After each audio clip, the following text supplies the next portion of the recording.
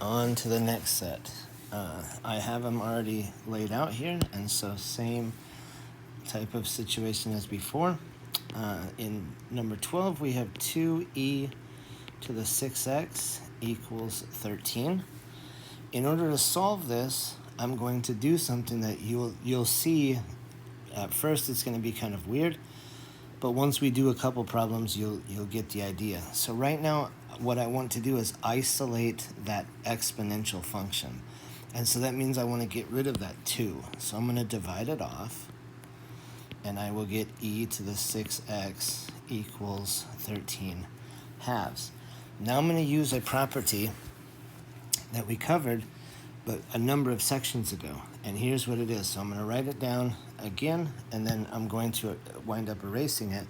But we had those inverse function properties, and one was that b to the log base b of x equaled x, and the other one was log base b of b to the x equaled x. And the important thing I'm going to make use of is this second rule here. And if I take the base to be e, then ln would be the log base e. But then b now is e, because that's my base. So it's e to the x equals x. So whenever I have ln and e right next to each other, they will cancel each other out, and you will be left with just what's in the power. And so what I'm going to do over here, I'm going to write it with the laser first, and then I'll actually put it to pen. But I'm going to take the ln of both sides. And as long as I do it to both sides, the equation will stay balanced. So I've got the ln of e to the 6x equals ln of 13 halves. Now, this left side is exactly that situation there. I have an ln and an e. There is my power, the x right there, and so that just equals x. It's almost as if the ln and the e cancel each other out. So I get 6x equals the ln of 13 halves, and I can divide by 6, and dividing by 6 is the same as multiplying by 1/6, and so I like that answer, 1/6, the ln of 13 halves. And the only reason I put the 1/6 out there is because if you write ln of 13 halves over 6, sometimes you don't know, is it like this, and that 6 is actually inside here, or what is it? And so just to make it absolutely clear, I like to put it as a fraction out front. So, but that's my preference, and it's purely mine.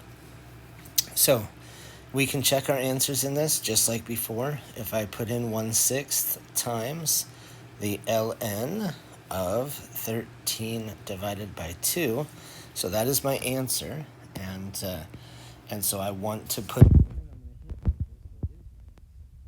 Now what I'm going to do is take that, and I need to plug it in here. And so I'm going to type into this calculator exactly the way that I see it on that left-hand side. It's 2 times, and on my calculator, E is right off the 4, right here, above the LN button. It's really tiny, but it's in blue, so I'm going to hit the blue button and the LN button, and if you look up here, you'll see that an E showed up on the screen. Now I need 6 times x. That's going to be 6 times, but x is my answer, so I'm going to hit that previous answer. And now I have that exact thing typed in right there. And so I'm now going to hit enter and hopefully see 13 on the screen. And what do you know? There it is. And so that's how you do these kinds of problems. Let's do the next one. So I'm going to, let's do this.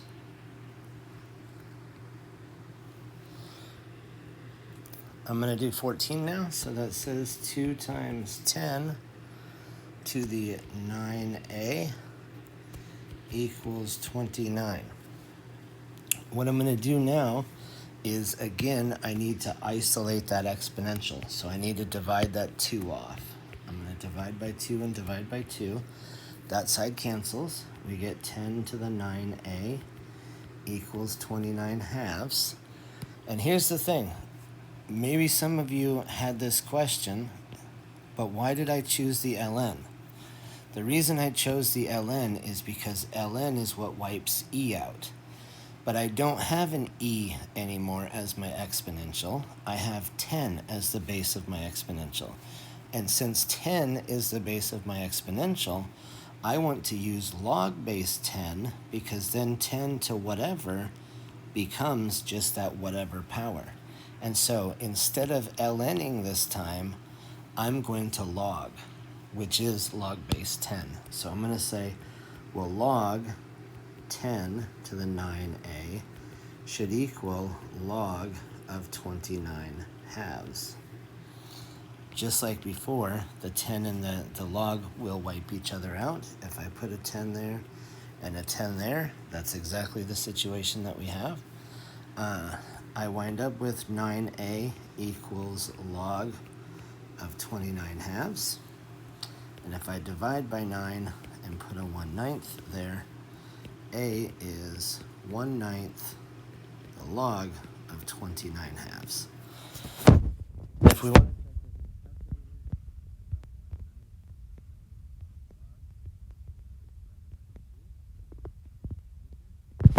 again, I'm going to go right up here, and I'm going to say 2 times 10 raised to the 9 times a, but a is our answer, and when I hit enter, it should say 29, and it does. And so there's how you do those problems. Now that we've done those two, you can now understand better what I mean when I say we isolate the exponential. Let's look at problem 16. So 16 says 7e to the 3n minus 5 plus 5 equals negative 89. All right, so in this case, I want to isolate this exponential and get it all by itself. In order to do that, I need to take away the 5 first, and so I'm going to subtract 5 from both sides. That gives me 7e to the 3n minus 5 equals negative 89 minus 5 is negative 94. Now I'm going to divide that 7 off. So I'm going to divide by 7 and divide by 7. And I get e to the 3n minus 5 equals negative 94 sevenths. And I'm going to tell you guys something right now. Something kind of cool and something that you know, but until somebody kind of points it out to you, you're not on the lookout for it. And so what do I mean by that? What I mean is this. A couple weeks ago, we studied the graphs of exponential functions. Graphs of exponential functions I've already drawn earlier tonight for you. They look like this, but the most important thing is the domain was negative infinity to infinity, but the range was 0 to infinity. Now that's the important piece. The range is 0 to infinity. So, looking at that, if I pull this up and take something like e to the x, you see that shape there. And so that curve shape that is that purple graph, that's what I am intending when I draw this shape right here. And the thing to note on there is that that graph never goes below the x-axis. And so pulling Desmos back up, if I zoom out farther and farther and farther, even coming in over here, the more I zoom in, it gets closer and closer to 0, but it's never actually 0. And so that graph is never 0, let alone negative. And so here's, long story short, what I'm trying to tell you is I now have e to something is a negative number. But the graph of e to everything, because this is everything from negative infinity all the way to infinity, is always greater than 0. So it's always positive. And so there's no way e to something can be a negative number. The answer to this problem is no solution. But how would you know that if you weren't on the lookout for that right there? So here's how you would know. I'm going to do the same thing as before. I'm going to ln both sides. So ln of e to the 3n minus 5 equals the ln of negative 94/7. I have that ln and e. They will wipe each other out. And I have 3n minus 5 equals the ln of negative 94/7. If I add 5 and divide by 3, I get n is the ln of negative 94/7 plus 3, or plus 5, sorry. Plus 5. And then all divided by 3. So I added the 5 over, and then I divided the 3 in the end. The important thing for us is this. And here's something else that's cool. The other day, last week, we had the graph of logarithms. And the graph of logs looked like this. But the important thing about these was the domain was 0 to infinity, and the range was negative infinity to infinity. And that was true because they were the inverse to the exponential function. And so they're a reflection across that line y equal x.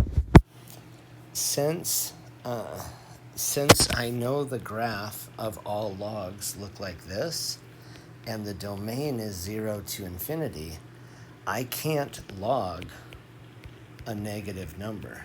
Log of a negative number is a no-no. And so if I tried to ln negative 94 divided by 7, it's going to say not a number. And so right here, so I asked the question at first. I told you I see right here that there shouldn't be, or right here, there's not going to be a solution. But I said, how would we know that if you weren't on the lookout for that exponentials are never negative? Well, logs, you can't log a negative value, and that's how you know in there. All right? I'm going to stop there, upload this one, and I will make another one. Take care, you guys. Bye-bye.